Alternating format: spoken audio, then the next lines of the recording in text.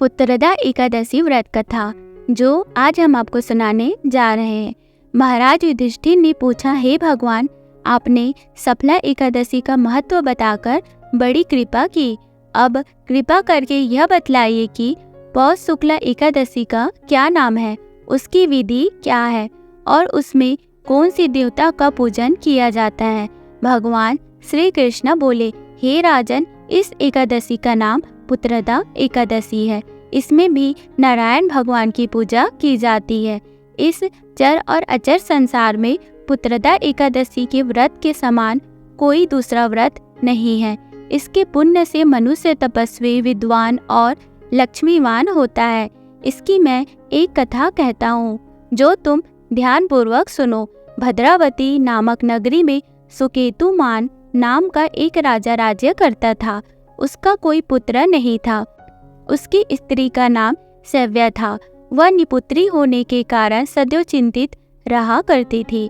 राजा के पितर भी रो रो कर पिंड लिया करते थे और सोचा करते थे कि इसके बाद हमको कौन पिंड देगा। राजा को भाई, बंधु, धन, हाथी, घोड़े, राज्य और मंत्री, इन सब में किसी से भी संतोष नहीं होता था। वह सदैव यही विचार करता था कि मेरे मरने के बाद मुझको कौन पिंडदान देगा। बिना पुत्र के पितरों और देवताओं का ऋण मैं कैसे चुका सकूंगा। जिस घर में पुत्र ना हो उस घर में सदैव अंधेरा ही रहता है। इसलिए पुत्र उत्पत्ति के लिए प्रयत्न करना चाहिए। जिस मनुष्य ने पुत्र का मुख देखा है वह धन्य है।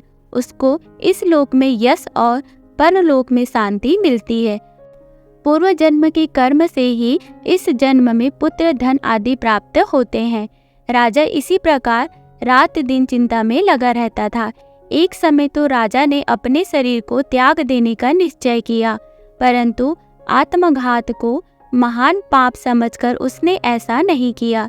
एक दिन राजा ऐसा ही विचार करता हुआ अपने घोड़े पर चढ़कर वन को चल दिया और पक्षियों और वृक्षों को देखने लगा।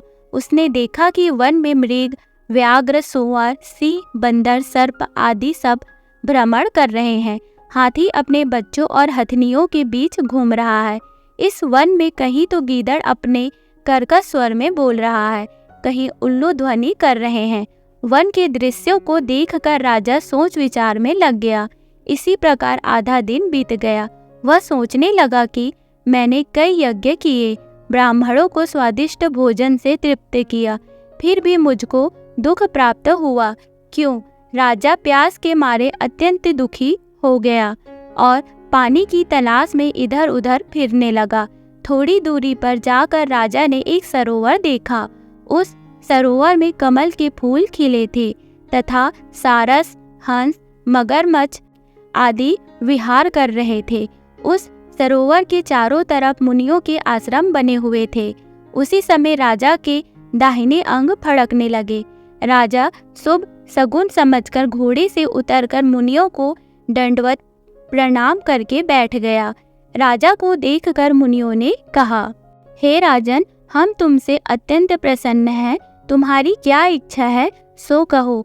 राजा ने पूछा, महाराज, आप कौन हैं और किस लिए यहाँ आए हैं, कृपा करके बताइए।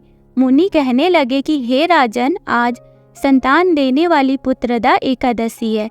हम लोग विश्वदेव हैं और इस सरोवर में स्नान करने के लिए आए हैं।